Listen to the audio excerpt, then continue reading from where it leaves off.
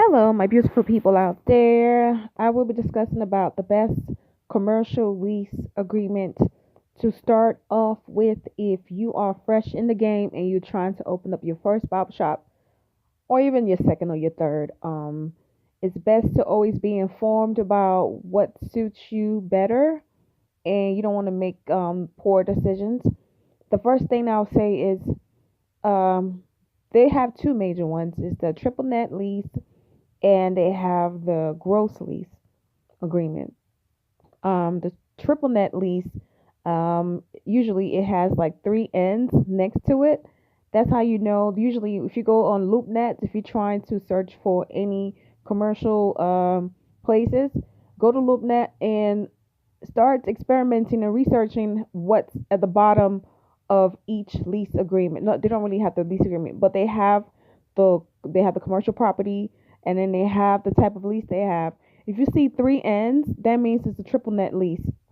And a lot of times, I always say the triple net is a combination of you paying the property taxes of the commercial property, yes, you paying your rent, including you paying the cam fees. And the cam fees includes where they have to, it's like common areas, like the parking lot areas.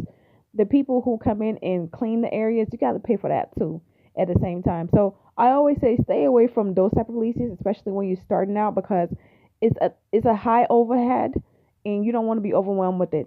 Now the gross lease is the best option. I always say pick something that's very simple where you can build and grow with. So I'll suggest using the gross lease. Now the gross lease is just one payment you have to pay. All you have to pay is one. Everything is combined. Um, the owner, the landlord pays the property taxes and he pays the cam fees, and there are no hidden fees. And this is the safest way to grow as a business person.